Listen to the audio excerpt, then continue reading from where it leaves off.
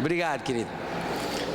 Gente, olha só, para os que vieram pela primeira vez, meu nome é Natan, sou da cidade de Fortaleza, capital do Ceará. Em 96 me mudei para Campina Grande, a segunda cidade da Paraíba, para morar com um casal de americanos de Alabama.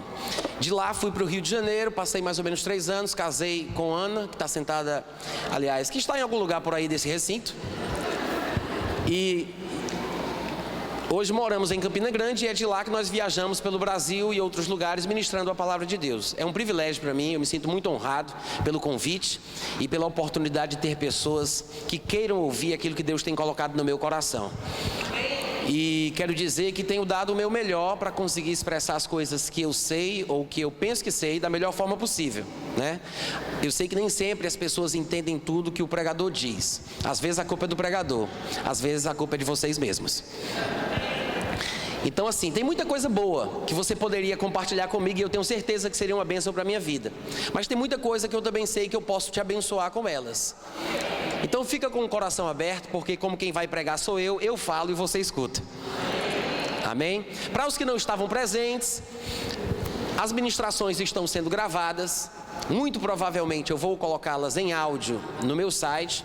E provavelmente, se Deus quiser e se eu achar que ficou bom, eu coloco os vídeos também, tá? E vocês podem baixar meu aplicativo, tem para Android, Windows, iPhone. Tem meu site também, que é meu nome, natanrufino.com.br, e você vai encontrar lá várias ministrações, algumas delas inclusive bem parecidas com as coisas que temos falado aqui. O aplicativo é de graça, os vídeos, os textos, os áudios são de graça também. Então baixa no teu celular e abençoa a tua vida, investe e cresce em nome de Jesus. Amém?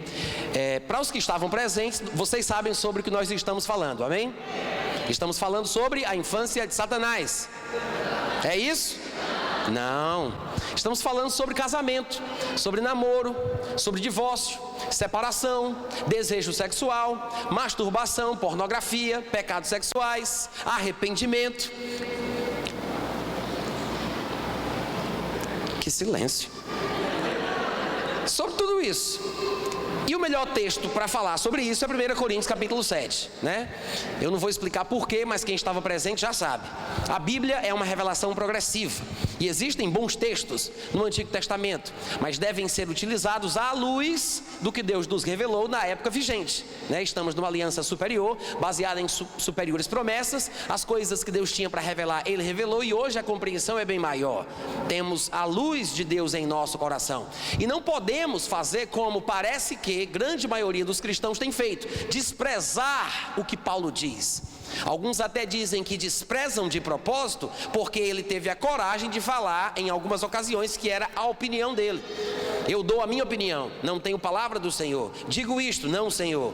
Então nós mostramos aqui que esta atitude é uma má interpretação dos textos de Paulo. Amém? Quantos estavam aqui me ouvindo falar sobre isso e aprenderam, podem confirmar com um amém bem forte. Mas, além das coisas que nós já vimos, eu devo ter parado mais ou menos no versículo 16, da última vez que nós abrimos 1 Coríntios capítulo 7. Eu não tenho certeza, alguém pode me ajudar? Qual foi o último versículo que lemos? 14. Porque o marido incrédulo é santificado no convívio da esposa, e a esposa incrédula é santificada no convívio do marido. Agora eu estou lendo 14, eu vou continuar. De outra sorte, os vossos filhos seriam impuros, porém agora são santos. Mas se o descrente quiser apartar-se, diga: o incrédulo ainda tem vontade própria. É bom perceber que se o incrédulo quiser o que o crente não quer, não bota efeito nem eco não, tá? No meu áudio, por favor, para o pessoal poder me ouvir melhor, senão eu começo a gritar e vai ser uma bagunça. É o ambiente mesmo, né? Tá. Que todo espírito cibernético fuja desse ambiente em nome de Jesus.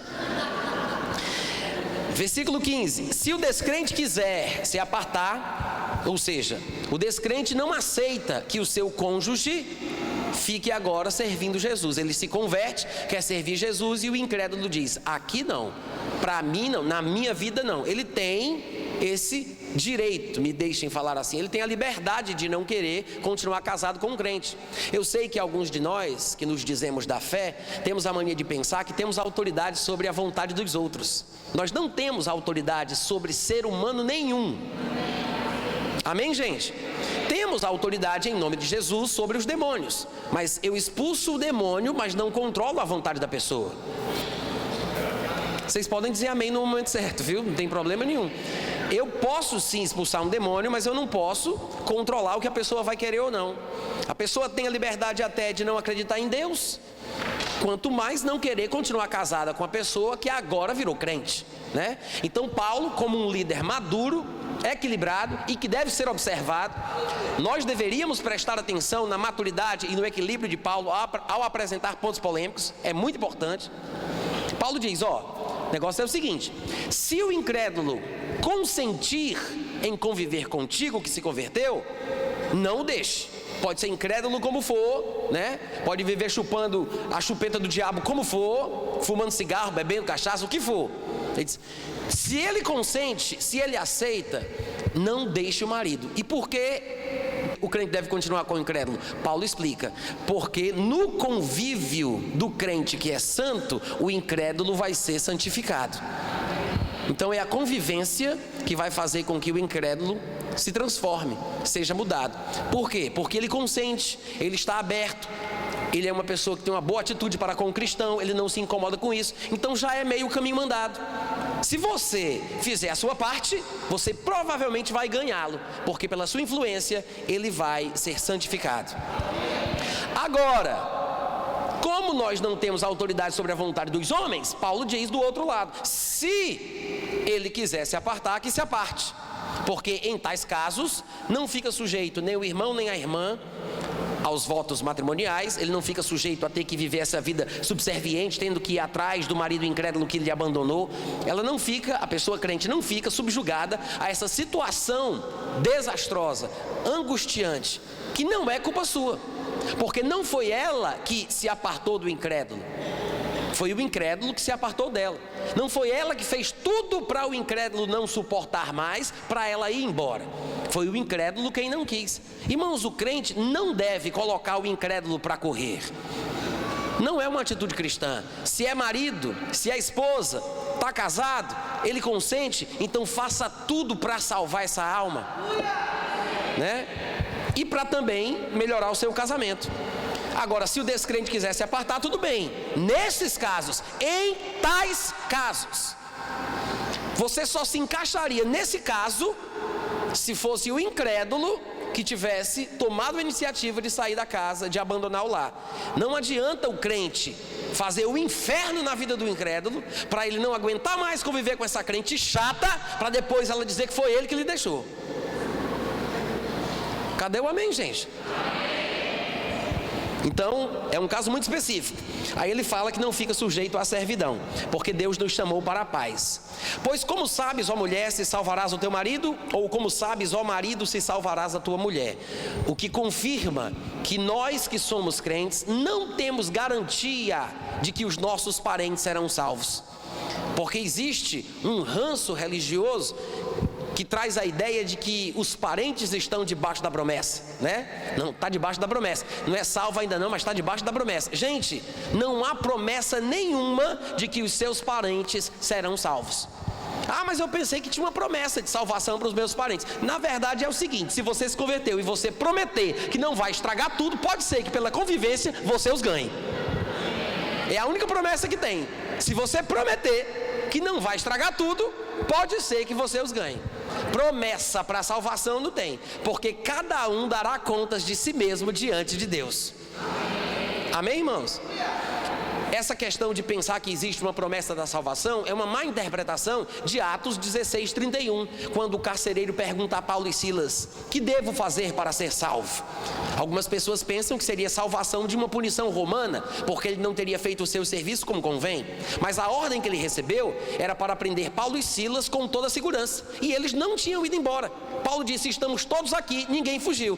Antes dele ter essa informação, ele pensou em se matar, talvez para que a punição romana caísse só sobre ele e os seus familiares fossem poupados. Mas quando Paulo diz, estamos todos aqui, a pergunta que ele faz, o que devo fazer para ser salvo, não é salvação de punição romana.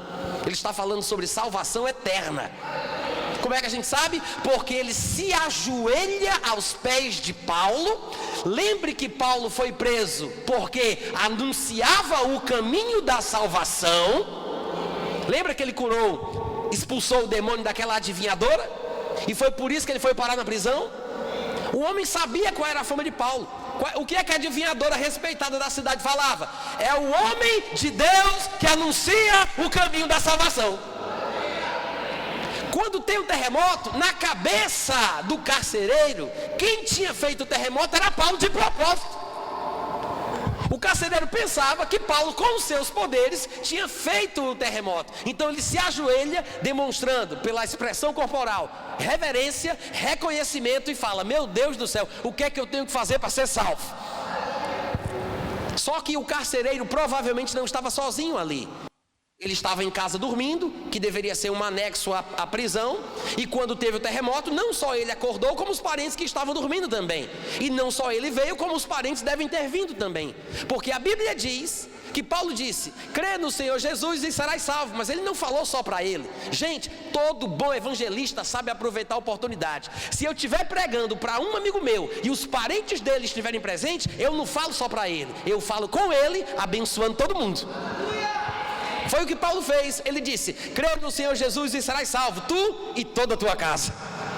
Ele aproveita a deixa e prega para ele e para os seus. Tanto é que a Bíblia diz que naquele momento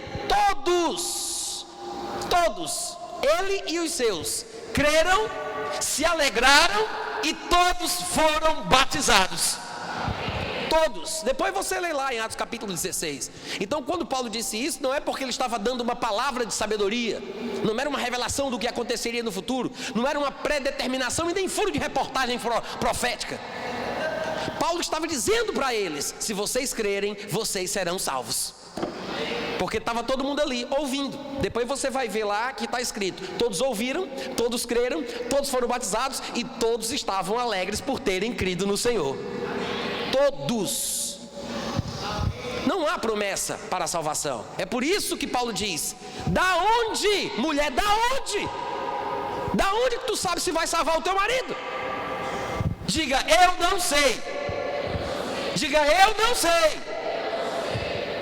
Amém, irmãos?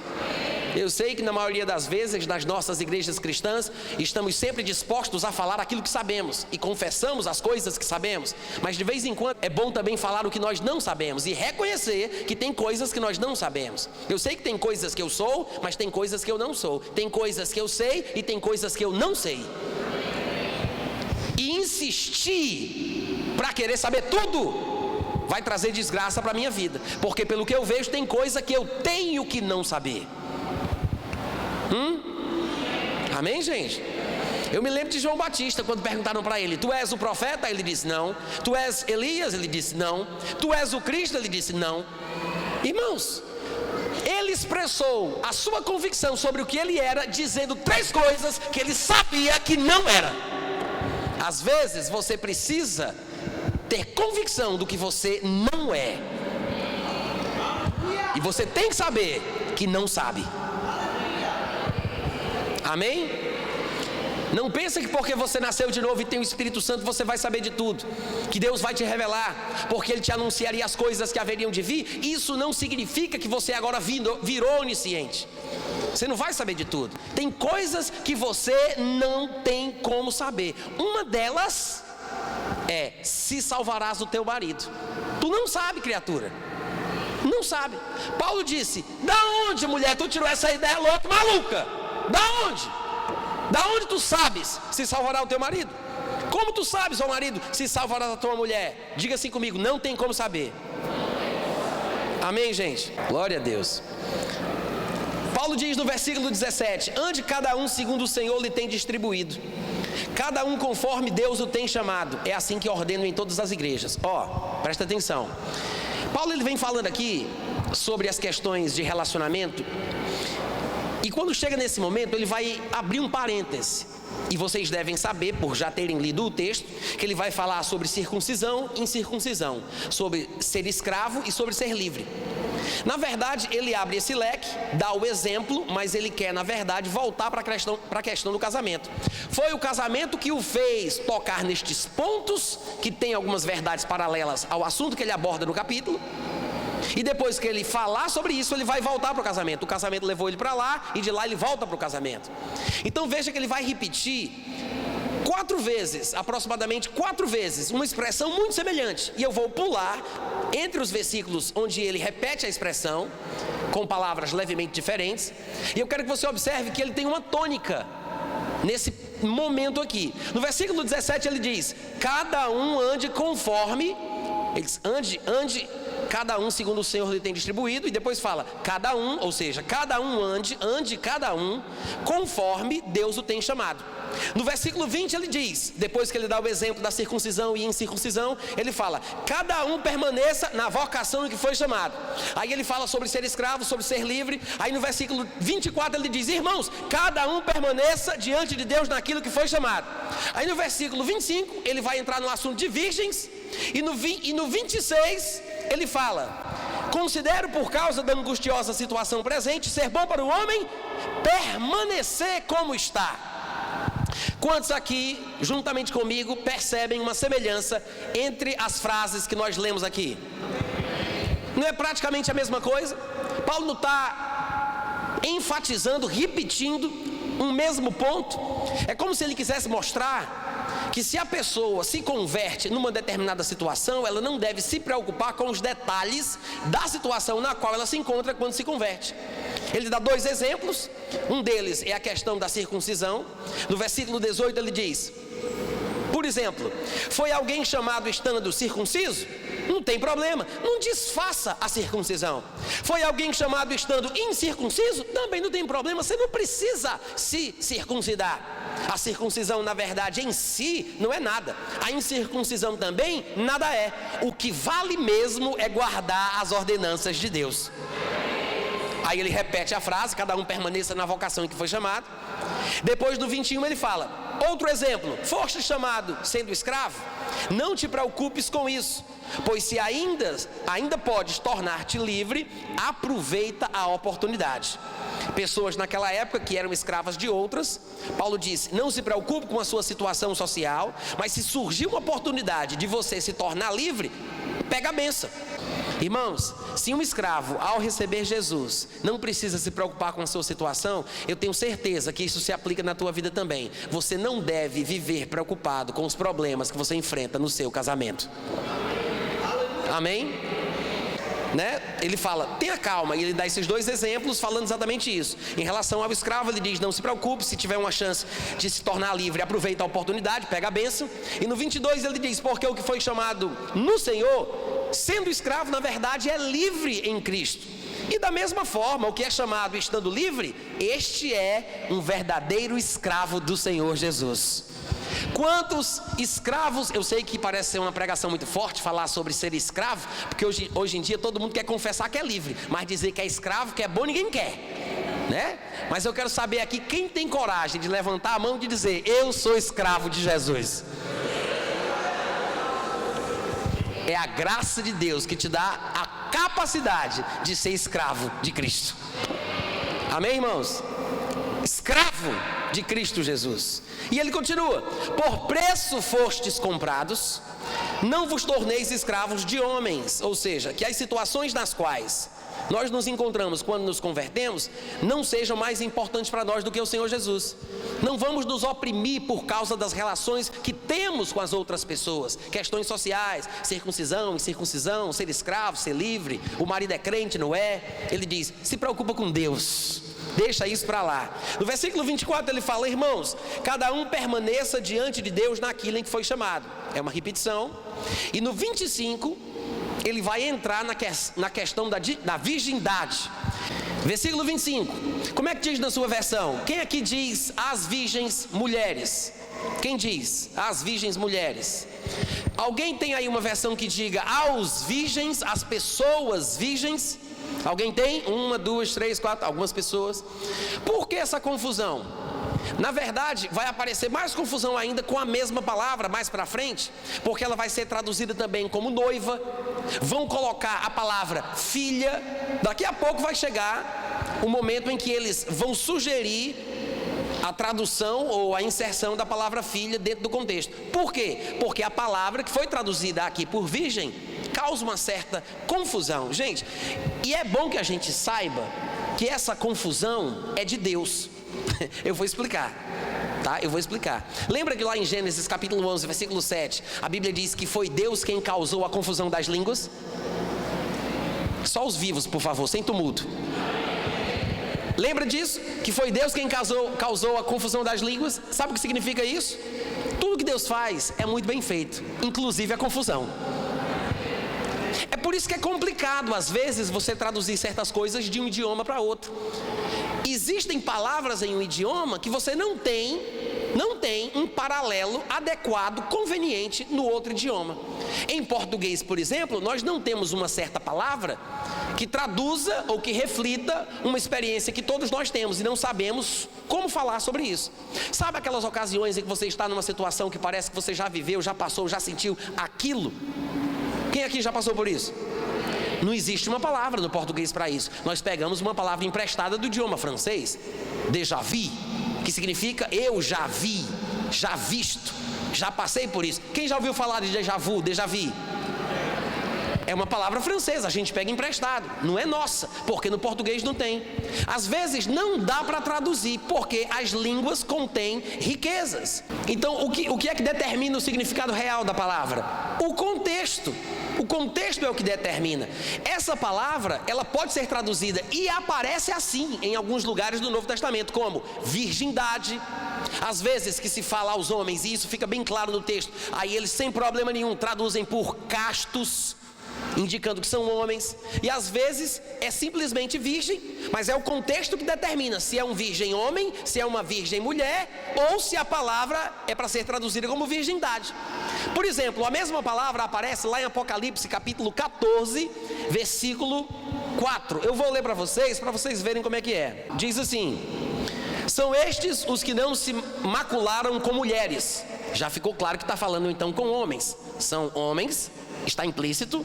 São estes os que não se macularam com mulheres, porque são, aí apareceu a palavrinha aí, partenos, que é traduzida castos, sem qualquer tipo de probabilidade de erro, porque o contexto mostrou claramente que ele fala de homem que é virgem, que aí ele coloca como castos. São estes os seguidores do Cordeiro por onde quer que vá, são os que foram redimidos entre os homens, primícias para Deus e para o Cordeiro. Quantos estão entendendo? Então, quando a palavra aparece, se o contexto não esclarece, fica confuso. É por isso que em umas versões você vai encontrar o texto de uma forma, em outras versões você vai encontrar o texto de outra forma. O que é que eu penso sobre a melhor tradução para essa palavra? Eu vou compartilhar isso com vocês agora. Eu tenho a minha convicção pessoal que Paulo está falando aqui especificamente sobre homens e não sobre homens e mulheres.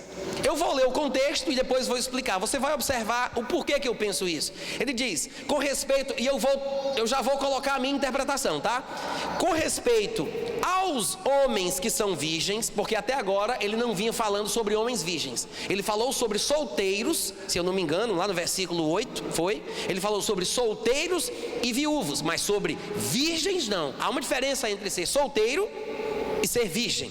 Então ele diz, com respeito aos virgens, homens virgens, ele diz, eu não tenho um mandamento específico do Senhor. Ou seja, por alguma razão, Jesus, nas aparições que ele teve, que Paulo teve de Jesus não tocou nesse assunto de forma específica. Então ele diz, eu não tenho assim um mandamento específico sobre isso, porém, vou dar a minha opinião, como tendo recebido do Senhor a misericórdia de ser fiel. O que Paulo quer dizer? Vou dar a minha opinião como alguém que é fiel. Ou pode ser porque ele era virgem e queria falar o que ele pensava pelo exemplo dele de fidelidade em relação à vida sexual, ou porque ele era fiel em falar as coisas de acordo com o plano e a vontade de Deus. Amém, gente? Das duas, uma coisa é certa, o que Paulo diz deve ser considerado. Aí ele fala, considero Versículo 26. Por causa da angustiosa situação presente, ser bom para o homem permanecer assim como está. Alguém poderia dizer, mas Natan, quando ele diz aí, seria bom para o homem permanecer assim, será que ele não está falando sobre o ser humano de forma geral? Porque em alguns momentos nós nos referimos aos seres humanos usando a palavra homem. O homem está perdido. O homem não tem mais, estamos falando da humanidade. Só que aqui, no capítulo 7, Paulo, ele tem sido muito específico, sempre se referindo ao homem e à mulher. Vocês devem lembrar, vocês que estão presentes desde o primeiro culto. Paulo disse, por causa da impureza, cada um tenha a sua própria esposa e cada uma tenha o seu próprio marido. Ele fala que o marido conceda à esposa, e depois ele diz que a esposa conceda ao marido. Ele diz, a mulher não tem poder sobre o corpo, aí diz, o marido não tem poder sobre o corpo. Se a mulher tem marido incrédulo e ele consente em viver com ela, que a mulher não deixa o marido. Se o marido tem mulher incrédula e ela, sempre ele fala de um e fala do outro. Nesse pequeno trecho, ele só vai falar sobre o que parece ser o homem. Não está falando especificamente de mulheres virgens. Olha só, ele diz, considero ser bom para o homem permanecer como está. Estás casado? Aí ele fala, não procure separar-te. Estás livre de... Livre de quê? Livre de mulher. Ele não fala, a mulher está livre do homem. Ele fala, o homem está livre de mulher. É bom para o homem. Provavelmente, pelo contexto, ele está falando sobre o homem. Depois ele vai falar sobre as mulheres. Quando chega lá no versículo, deixa eu ver, 34, ele fala, também a mulher. Agora sim, ele vai começar a falar de mulheres. Ele diz, também a mulher, tanto a viúva como a virgem, cuida das coisas do Senhor, e por aí vai. No versículo 27, quando ele diz, estás casado, provavelmente falando com um homem, ele diz, continue na situação que você está, se você recebeu Jesus. Como a gente já viu que ele vinha repetindo. É isso que ele quer que a pessoa entenda. Continue do jeito que você está. Agora, se você está livre de mulher, não procure casar. O que a expressão livre de mulher significa? Alguém poderia pensar que Paulo está dizendo a pessoa que está solteira. Ele não está falando sobre uma pessoa que está simplesmente solteira. Essa expressão, usada principalmente por Paulo, sempre se referia a divórcios, a separação. Na maioria das vezes, onde Paulo diz isso, ele está se referindo à separação. Porque quando a pessoa se casa, ela fica presa ao cônjuge, ligada à pessoa com quem se casou. Quando se separa, a expressão que Paulo costumava usar é ficar livre, estar livre. É por isso que no versículo 39, aqui do capítulo 7, Paulo diz, a mulher está ligada, presa, amarrada ao marido, enquanto ele vive. Contudo, se falecer o marido, ela fica o quê? Ela fica o quê? Fica livre para casar com quem quiser. Outro texto semelhante seria Romanos capítulo 7. Eu vou ler para vocês, se vocês quiserem conferir pode. Mas aqui no capítulo 7 ele diz assim, no versículo 1. Porventura ignorais, irmãos, pois fala aos que conhecem a lei, que a lei tem domínio sobre o homem toda a sua vida. Aí olha o exemplo que ele dá, versículo 2. Ora, a mulher casada está o quê? Ligada pela lei ao marido, enquanto ele vive. Mas se o mesmo morrer, aí ela fica o quê? Desobrigada da lei conjugal, de sorte que será considerada adúltera se, vivendo ainda o marido, unir-se com outro homem. Porém, se morrer o marido, o que é que acontece?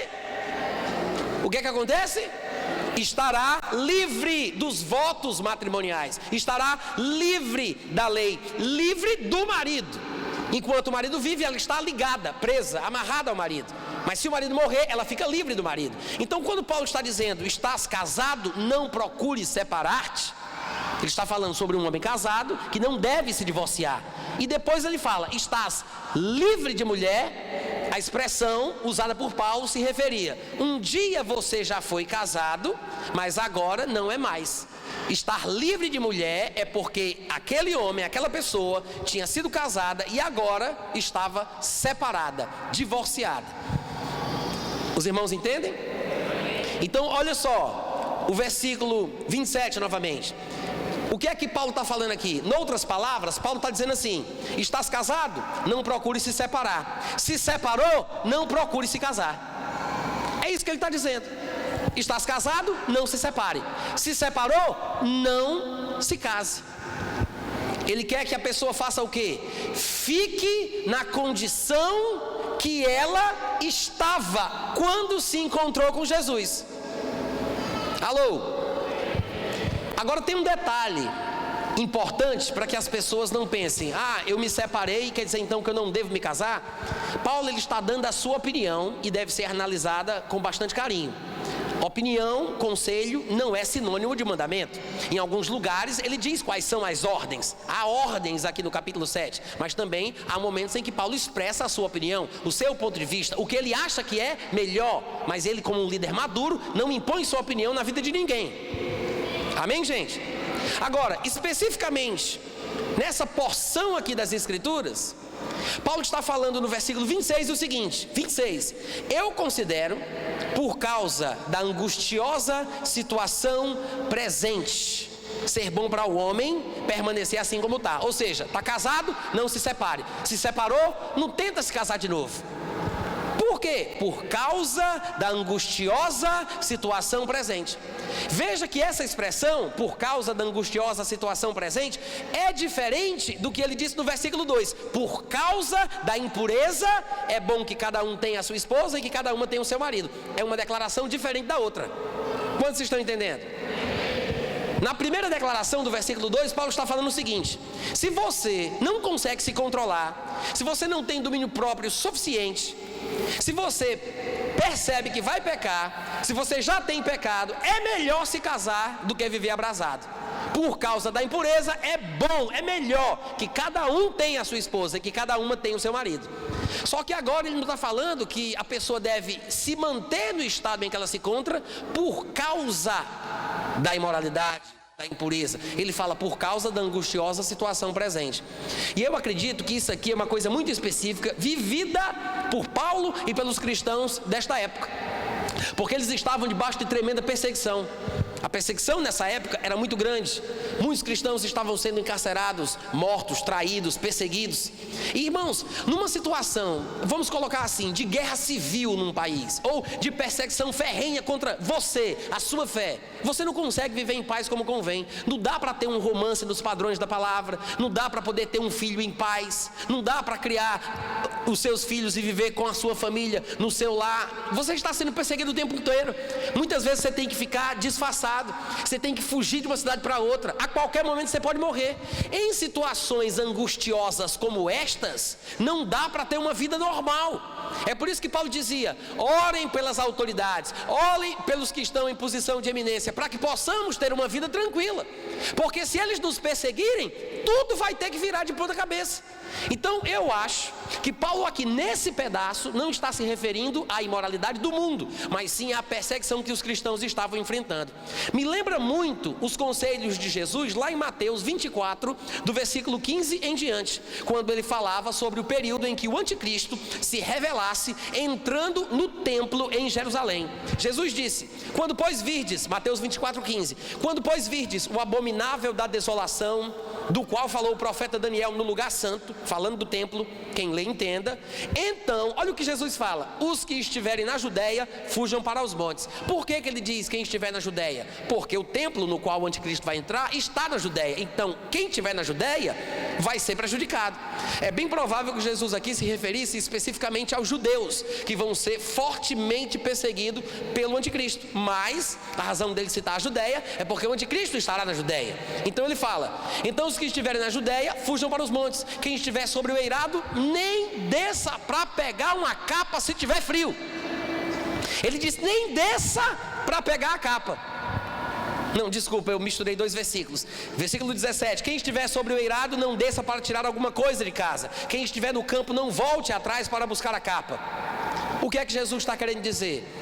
Que quando se é perseguido, quando se corre perigo de morte, você não tem tempo para fazer coisas secundárias. Amém, gente? Porque existe uma urgência, existe uma situação periclitante. Então o que é que eu vou fazer? Ele diz: não volta nem para dentro de casa. Está em cima da laje, soltando pipa, pegando sol, ouvindo música. Ele diz: nem volta para dentro de casa para pegar o tablet. Corre.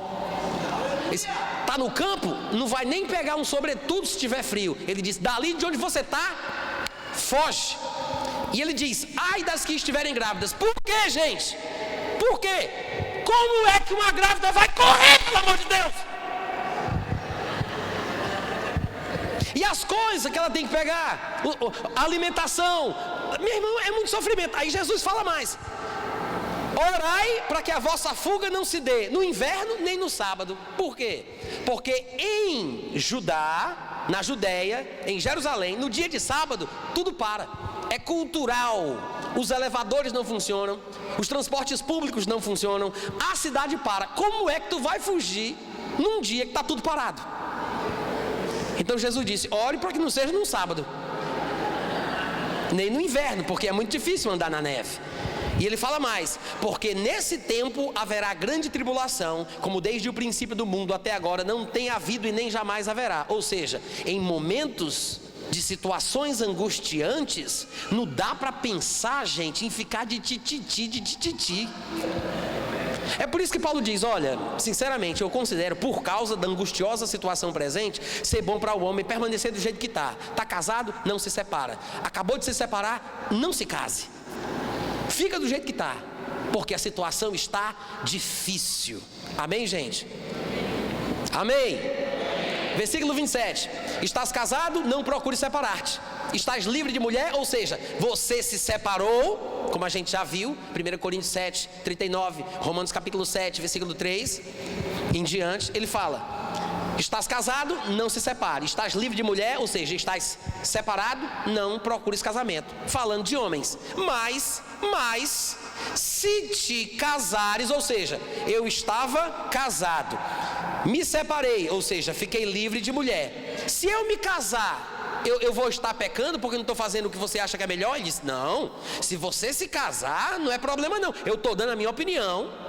Eu estou dando a minha opinião baseada na misericórdia que eu recebi do Senhor para ser fiel em tudo que eu digo, mas isso não é pecado. Eu só estou dizendo o que eu acho. Eu considero, eu penso. Ele não disse: Deus falou comigo. Sabe que muitos problemas nós evitaríamos na vida dos irmãos se a gente não tivesse essa mania besta de querer dizer que Deus disse? Vocês não entenderam nada, culpa minha, vou repetir. Se Deus me disser alguma coisa para dizer para vocês, e eu disser essa coisa sem dizer que foi Deus que disse, vocês vão ser abençoados do mesmo jeito. Mas se Deus não disser, e eu disser que foi Ele que disse, só para vocês ligar para o que eu falo, vai ser uma desgraça. Em outras palavras, você não precisa dizer que Deus disse, porque se Ele disse, vai abençoar, mesmo sem dizer que foi Ele que disse. Natan, é pecado dizer que Deus disse? Claro que não, gente, deixa de ser besta. Eu não estou dizendo isso, mas eu sei por que eu estou falando assim. Muita gente vai longe demais, exagera demais, ou quer ganhar a confiança do povo, ou porque teve uma sensação um pouco fora do normal, aí já quer dizer que essa sensação foi Deus falando. Então cuidado com esse negócio de dizer foi Deus que disse, foi Deus que disse. Eu já vi muitas pessoas casando por causa do disse o Senhor. Assim Deus disse. Olha que Deus disse, Deus está me mostrando, Deus está falando. Cuidado com isso, gente. Amém? Amém, irmãos? Então tá, ele diz: se estás casado, não se separe. Se está separado, não se case. E se casar, Paulo? Ele diz: não, se te casar, mesmo depois de estar separado, com isso não peca. Agora, olha para mim, presta atenção. O que é que Paulo quer dizer com esse negócio da pessoa estar separada e casar de novo sem ser pecado? Porque a gente viu aqui ele falando sobre esses assuntos. E ele disse: se um casal de crentes estiver com problema no casamento, e se a mulher quiser se separar do marido, ela fique sem casar. Ou se quiser casar, que case com o mesmo marido, de novo. É isso que ele diz. Aos casados digo, não eu, ordeno, não eu, mas o Senhor, que a mulher não se separe do seu marido. É uma ordem. E se alguém já tiver desobedecido? Bom, isso não tem nada a ver comigo, você presta conta com o Senhor que deu a ordem quando chegar na frente dele, né? Mas ele diz, Paulo diz, Jesus ordenou que a mulher não deve se separar do marido. E se separar, deve se reconciliar com o marido se quiser casar de novo. fica sem casar, se separar. Mas se quiser casar de novo, se reconcilia com o marido. Então por que ele diz aqui que porventura esteja separado? Se ele se casar, não é pecado. Porque este caso se encaixa em duas únicas possibilidades. Vocês estão me ouvindo? E a gente já sabe quais são, porque Paulo já tocou nos assuntos, já falou sobre elas. Primeiro, eu não gosto muito de falar sobre isso, porque as pessoas hoje em dia estão muito dispostas para se separar por qualquer motivo. E às vezes até montam armadilhas para que a pessoa saia de casa para depois dizer que se separou pela culpa da pessoa que saiu. Mas a pessoa só saiu porque a outra armou um inferno para ela. Às vezes acontece isso. O incrédulo, por exemplo, se o incrédulo se apartar, que se aparte. Nesse caso eu não estou sujeito à servidão. Aí, como eu sei que a Bíblia diz isso, eu faço um inferno na vida do incrédulo para ele me deixar, para eu poder me casar com quem eu quero. Entendeu o que eu falei? Mas, se o incrédulo se aparta, Paulo disse, nesse caso, em tais casos, o crente que foi abandonado não fica sujeito à servidão, à escravidão dos votos matrimoniais. Não fica. Num caso como esse, a pessoa pode se casar novamente. Agora, outra situação seria, se a pessoa está casada, dois casados no mundo, são dois mundanos, dois pecadores, casados, e por alguma razão se separam, e depois de separados, um deles se converte. Quando essa pessoa se converte e chega na igreja, ela já esteve casada. E essa pessoa, vamos colocar assim, esse homem, se encaixaria nisso que Paulo está falando aqui. Estás casado? Não se separe. Estás separado, ou seja, livre de mulher? Esse homem, que hoje é crente, um dia esteve ligado a uma mulher. Ele se separou dessa mulher, está livre daquela mulher. Não importa se foi correto ou não foi correto, se foi certo ou se não foi certo. Ele chega na igreja como crente, já separado, ele se converte já separado. Num caso como esse, ele poderia se casar sim. Por quê? Porque segue o princípio que Paulo repete o tempo inteiro. Permaneça no estado em que você se encontra quando Jesus te chamou. Imagina se esse homem já passou por outro relacionamento depois que se separou. Muitas pessoas hoje dizem assim, não, você tem que corrigir a sua vida para trás-mente. Você tem que ir atrás da sua ex-mulher e às vezes o cara já casou com outra, já teve outro filho, já separou também. Aí ele se converte, aí o irmão vai e diz, não, você tem que corrigir todos os seus erros. Como é que ele vai colocar esse filho de volta na barriga da mãe? Como é que ele vai corrigir, gente? Não tem o que corrigir. E o que é que ele faz? Pelo amor de Deus, Paulo diz 4 vezes aqui, fica do jeito que está, fica do jeito que está, fica do jeito que está. Fica do jeito que está. Amém, irmãos? Aí ele diz, mas eu não posso casar? Aí, casa, rapaz, não é pecado não. Paulo diz, se te casares, não peca. Paulo não está falando, preste bem atenção, Paulo não está falando, porque a gente sabe que ele não está falando, porque ele já disse o que ele pensava. A gente já sabe como é que o homem pensa. Ele não está falando que um crente não se deu bem com a sua mulher com quem ele casou, porque eles tentaram, mas depois desses primeiros 25 anos, a gente percebeu que não foi feito um para o outro. Aí, vou me separar. Não há incompatibilidade nenhuma, gente. Não há incompatibilidade nenhuma. São dois crentes. São dois crentes. Ah, é porque o meu Espírito Santo não bate com o dele. É mesmo?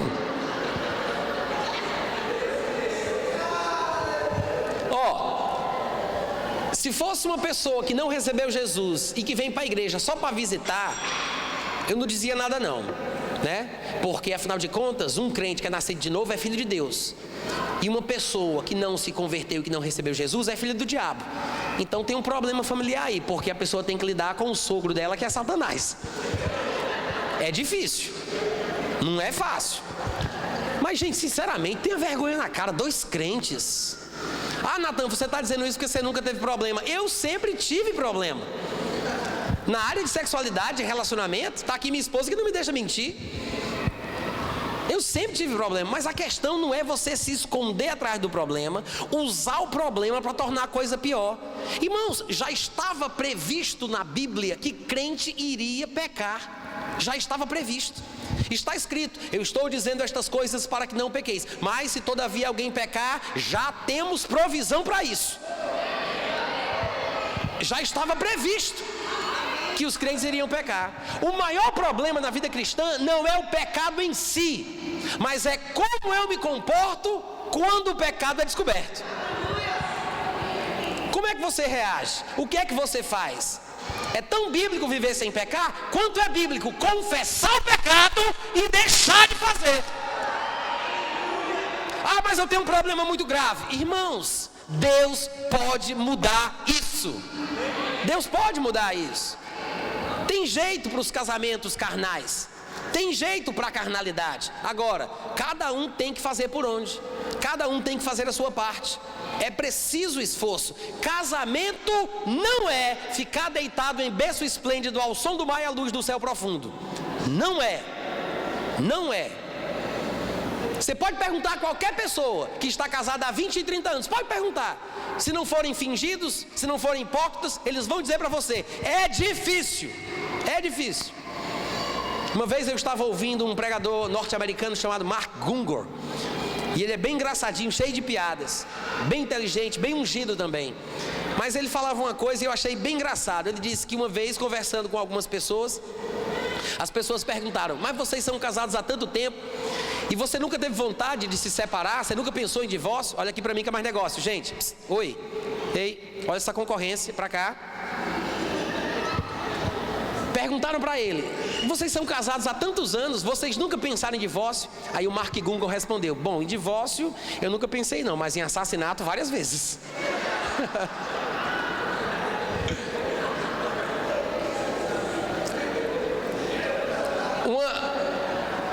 Se alguém aqui souber inglês e quiser ser abençoado com as pregações deste homem nessa área, procura Mark Gungor, G-U-N-G-O-R, Mark M-A-R-K, Mark Gungor. Ele tem podcast, tem site, é uma bênção esse homem.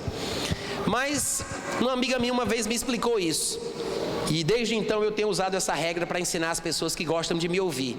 Casamento, irmãos, é uma questão de beleza e de paciência. Se der certo, beleza, se não der, paciência. Só. Simples assim.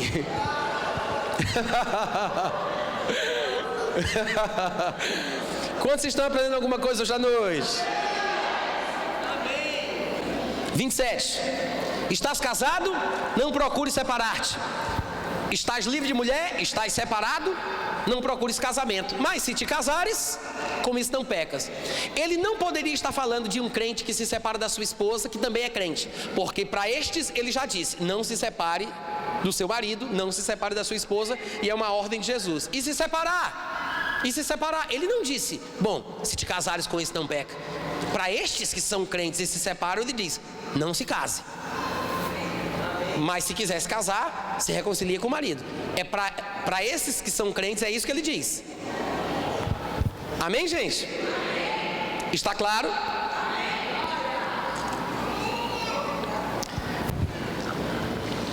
Alguém vai dizer assim: mas tem muito crente que separa e casa de novo. Tem. E aí? O que é que a gente faz? Desde quando foi que você virou Jesus Cristo? Ah, mas ele está em pecado. Não sei, viu, gente? Em primeiro lugar, quando uma pessoa adultera, ela está cometendo um pecado.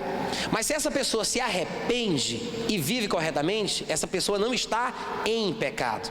Ele cometeu um pecado. E outra coisa, o pecado do adultério não é o pecado imperdoável.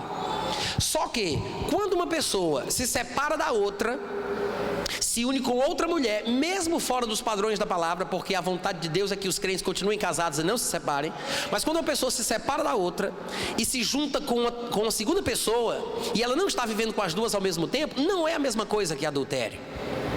Os irmãos entendem o que eu estou falando? Não é exatamente a mesma coisa que adultério. Eu sei que existem algumas passagens dos evangelhos que podem trazer confusão para a nossa cabeça sobre isso, Mas o ideal era que as pessoas crentes não se separassem e fizessem o que a palavra de Deus diz. É errado se separar por qualquer motivo e casar com outra pessoa? É errado. É pecado? Eu acho que é. É imperdoável? Acho que não.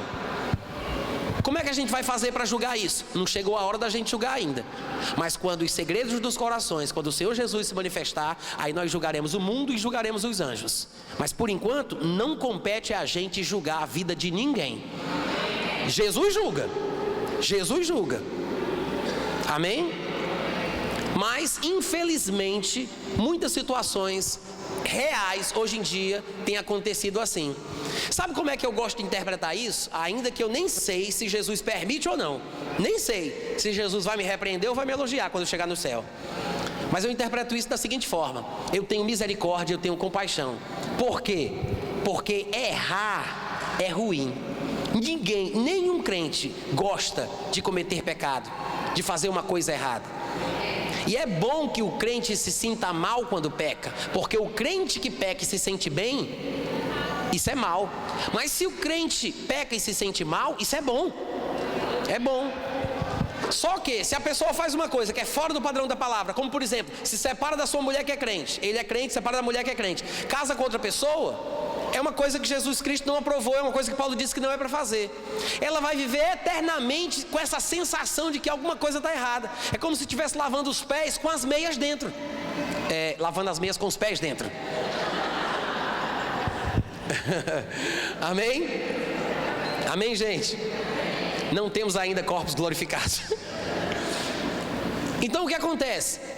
Eu fico imaginando, quem sou eu para acusar essa pessoa, para atormentar a vida dessa pessoa? Eu não acho que esteja certo, mas ela já sabe que não está.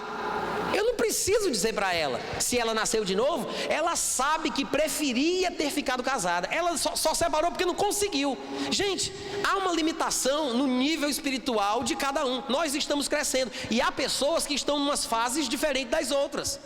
Infelizmente a pessoa não consegue. Ela não consegue. Lembra que na época da lei Moisés disse que eles poderiam separar e casar com outras, e Jesus explicou que Moisés permitiu isso por causa da dureza do coração?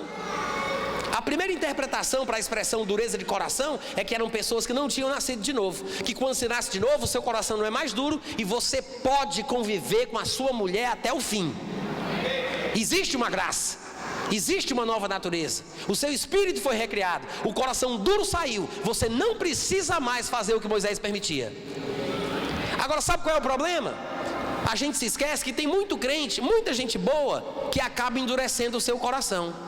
É um nascido de novo, mas a Bíblia diz lá em Hebreus: hoje se ouvides a voz do Espírito Santo, não endureçais o vosso coração, como aconteceu no dia da tentação, no deserto, quando vossos pais me tentaram. Pelo que parece, um crente, quando ouve o Espírito Santo, segundo o que Paulo diz, ainda pode endurecer o coração, resistir, querer fazer o que quer, ser obstinado, insistir na carnalidade. Seria uma pessoa de coração duro dentro da nova aliança, ainda que a primeira interpretação para a dureza de coração seja uma pessoa que não nasceu de novo. Mas um novo nascido pode perder a sensibilidade, pode ser carnal, pode endurecer o coração resistindo ao Espírito Santo. Os irmãos entendem o que eu estou falando? É apenas uma explicação do porquê pessoas crentes se separam e acabam casando de novo. Porque não estão no melhor de Deus em seu crescimento espiritual. E você pode conversar com qualquer pessoa que casou de novo, a pessoa vai reconhecer isso. Ela vai dizer: não, cara, infelizmente não deu para mim. Realmente, mas fazer o quê? Vamos prestar contas quando chegarmos com Jesus a respeito disso? Vamos. Tudo que a gente faz, um copo de água que eu dou para uma pessoa, pelo nome de Jesus, eu vou ter alguma recompensa? Deus vai prestar conta comigo sobre isso? Imagina o tipo de vida que a gente vive, os pecados que nós cometemos, os escândalos que nós causamos, as besteiras que a gente já aprontou. Vamos prestar contas com Deus. A Bíblia diz isso, que cada um de nós vai comparecer perante o tribunal de Cristo para prestar contas sobre o que tiver feito, de bom ou de mal, por meio do corpo. Amém, gente? Então o meu conselho é: seja espiritual, Está com problema no casamento? Não se separe. Deixa o sangue dar na canela. Faça o que tiver que fazer. Aguente. Ah, mas você não conhece o meu marido. Graças a Deus. Nem quero conhecer, o marido é seu. Casou com ele, agora aguenta. Às vezes é o contrário, né? É a mulher que dá problema. Irmãos, existem situações que justificam uma separação. Mas para dois crentes, eu acho que muita gente está se separando por coisas mínimas, sabia? Por coisas mínimas.